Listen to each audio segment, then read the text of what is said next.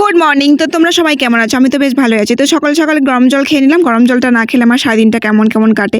তো চলো আপাতত আজকে সারাদিনে অনেক রকমের কাজ আছে, সেগুলোকে ফটাফট করতে হবে। তো প্রথমে ব্রেকফাস্টটা করে নিই। আর ব্রেকফাস্টে ছিল চিড়ের পোলাও, যেটা খেতে আমার খুব ভালো লাগে।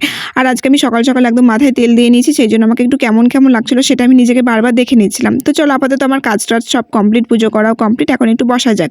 তো বসেছি, তো ভাবলাম চলো একটু নেল পালিশটাও তুলে নিই।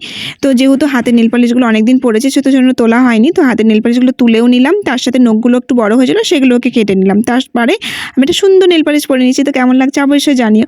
তো চলো আপাতত সেরকম কোনো কাজ নেই। তো মা বানিয়েছিল বাড়িতে চিকেন কষা, যেটা আমি খেয়ে নিলাম, আর খুব টেস্টি হয়েছিল। তো সারাদিন যেমন তেমন করে কাটার পর সন্ধ্যেবেলায় চাউমিন করেছিল ভাই, সেটা খেয়ে নিয়ে আমি দিদি রুহি গিয়েছিলাম জিও মার্টে।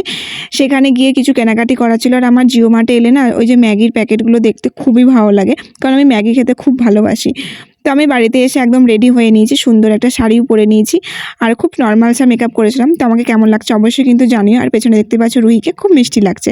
তো চলো আমাদের সাজা টাজা কমপ্লিট, এবার যাওয়া যাবে বিয়ের বাড়িতে।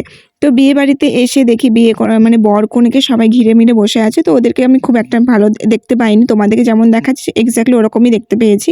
আর একে দেখো মা দাঁড়িয়ে আছে, একটা কাকিমার সাথে গল্প করছিল। তো বিয়ে বাড়িতে আমাদের ঘোরাটোরা কমপ্লিট। তো চলো আপাতত ফুচকা খাওয়া যাক। তো ফুচকাটা খেয়ে নিয়ে এইদিকে দেখছিলাম অনেক রকমের বাজি ফাটানো হচ্ছে, আর আমার বাজি ফাটানো দেখতে না খুব ভালো লাগে। তো বাজি ফাটানো দেখলাম, ওখানে সামনে বক্স রাখা হয়েছিল, সেখানেও অনেকে নাচছিল। তো সবগুলো দেখার পর ভাবলাম চলো আপাতত খাওয়া দাওয়া করা যাক, কারণ একটু পরে ভিড় জমে যাবে, তখন আর টেবিলটা পাওয়া যাবে না। তো আমরা তাড়াতাড়ি চলে গেছিলাম খাবার জায়গায়। এর দিকে দেখলো মেনু কার্ড।